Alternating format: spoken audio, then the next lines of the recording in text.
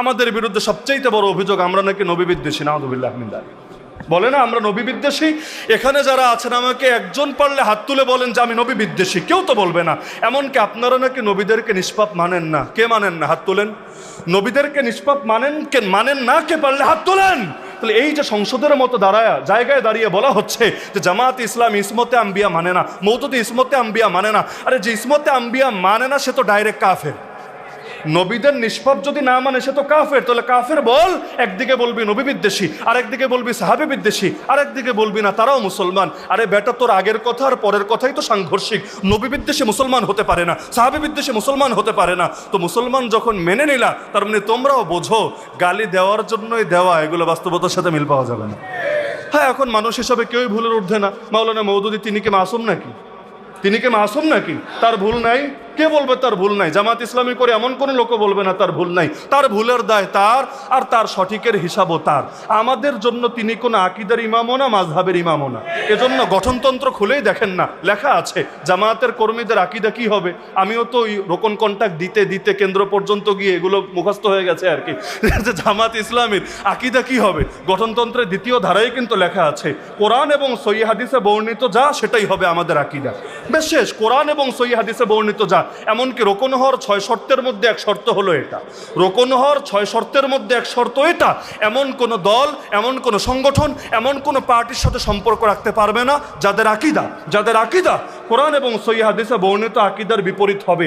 এইরকম কারোর সাথে সম্পর্ক রাখলেও রোকন হওয়ার যোগ্যই থাকবে না, নাউযুবিল্লাহ। তাহলে কিভাবে আমরা অন্য কাউরে আকিদার ইমাম বানালাম? আকিদা শিখেছে আল্লাহর থেকে, আকিদা শিখেছে নবীদের থেকে, আকিদা শিখেছে সাহাবীদের সর্বসম্মত মত থেকে, আকিদার কিতাব পড়েছে আকিদাতুত তাহাওয়িয়া, আকিদার কিতাব পড়েছে আল ফিকহুল আকবার। তাহলে আর এত দ্বিমতের জায়গা কোথায়? সুতরাং আমি জাস্ট উদাহরণ দিলাম। এভাবে বলতে চাইলে ঘন্টার পর ঘন্টা পার হবে, আমার উদাহরণ শেষ হবে না। সুতরাং আসেন, শাখাগত যত মারপিট আছে, ইখতিলাফ ছিল আছে থাক, সমস্যা নাই, কিন্তু এগুলো চায়ের টেবিলে বসে সমাধান করি, জাতিকে বিভ্রান্ত না করি।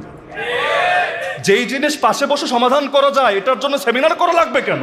যেই জিনিস পাশে বসে সমাধান করা যায় এটার জন্য মাইক লাগাতে হবে কেন?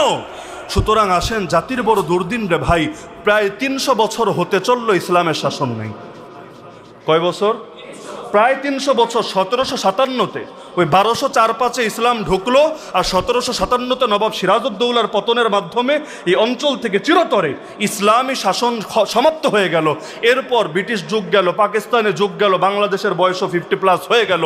এখনো পর্যন্ত এক দিনের জন্য, এক মিনিটের জন্য, এক সেকেন্ডের জন্য ইসলাম কায়েম হয় নাই। সুতরাং আসেন, সব দল ভুলে, সব মত ভুলে আমরা আগে ইসলামটাকে প্রতিষ্ঠিত করি। এরপর আপনার সাথে আমার কি ভিন্ন মত, আমার সাথে আপনার কি ভিন্ন মত, সমাধান করা যাবে। মূলে যেহেতু ভিন্ন মত নাই, আসেন আগে মূলটাকে সবাই মিলে আঁকড়ে ধরি। পারবেন তো ইনশাআল্লাহ?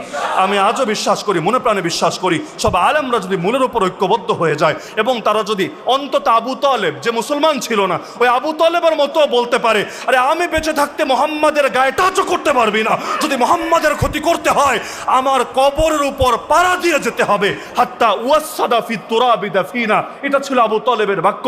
আরে কোনো হুজুরের মতো না হলেও অন্তত আবু তালেবের মতো হুঙ্কার দেন না যে আমরা যতদিন বেঁচে আছি, যতদিন আমাদের ভেতরে প্রাণ আছে, যতদিন সেই প্রাণে স্পন্দন আছে, যতদিন ধমনীতে রক্ত প্রবাহিত আছে, তোমরা যতই ষড়যন্ত্র করো, যতই চক্রান্ত করো, এই দেশ থেকে ইসলামী বিপ্লবের বীজ তোমরা সরাতে পারবা না।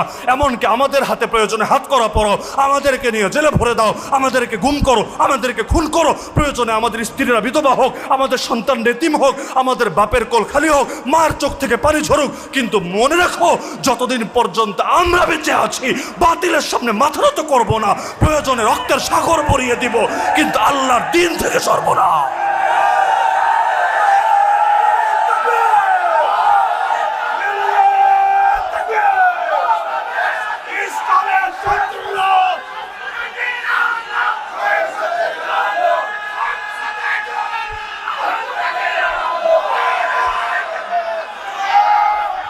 হযরত উলামায়ে কেরামের প্রতি আমার সর্বশেষ বার্তা, আমরা সকলেই তো নবীর উত্তরাধিকারী, তাই না? নবীর উত্তরাধিকারী এটাকে শুধু মর্যাদা হিসাবে নিয়েন না, দায়িত্ব হিসাবেও নেন। নবীর উত্তরাধিকারী খালি মর্যাদা না যে চিনোস আমারে বেড়া আমি তো নবীর উত্তরাধিকারী না, ওই ফজিলত আমাদের মার্কেটিং করা লাগবে না, দায়িত্ব হিসাবে নেন। নবীর দায়িত্ব ছিল যা, আমাদেরও দায়িত্ব হবে তা। নবী যেভাবে দ্বীনের জন্য নিজের রক্ত ঝরিয়েছেন, আমরাও দিনের জন্য নিজের রক্ত ঝরাতে পারবো ইনশাআল্লাহ। জাস্ট আমি আমার মাথায় এটা বসালেই চলবে, প্রত্যেকে এটা বসালেই চলবে, আমার নবীর গালে যদি চর মারা হতে পারে, আমার গাল নবীর গালের চাইতে বেশি দামি না। আমার নবীর দান মোবারক যদি শহীদ হতে পারে, আমার দাঁত নবীর দাঁতের চাইতে বেশি দামি না। আমার নবীর আঙ্গুল কেটে যদি রক্ত ঝরতে পারে, আমার আঙ্গুল নবীর আঙ্গুলের চাইতে বেশি দামি না। আমার নবীর গলায় চাদর পেঁচিয়ে শ্বাসরুদ্ধ করে নামাজের মধ্যে যদি হত্যা করার চেষ্টা হতে পারে, আরে আমার গলা নবীর গলার চাইতে বেশি দামি না। আমার নবী যদি ক্ষুধার জ্বালায় পেটে পাথর বাঁধতে পারে, আরে আমার পেট নবীর পেটের চাইতে বেশি দামি না। আমার নবী যদি 3 বছরের বেশি জেল খাটতে পারে, অবরুদ্ধ থাকতে পারে, আমার জীবনের বছরগুলো নবীর চাইতে বেশি দামি না। আমার নবী যদি নিজের দেশ ত্যাগ করতে বাধ্য হতে পারে, আরে আমার গৃহ, আমার এলাকা, আমার সমাজ, আমার থানা, আমার জেলা কোনোটাই নবীর চাইতে বেশি দামি না।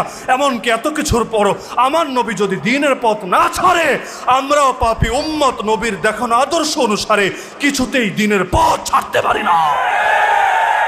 তাহলে আমাদের সকলের প্রেরণা হোক এটা, নাহনুল্লাযীনা বায়াউ মুহাম্মাদা আলাল জিহাদি মা বাকিনা আবাদা।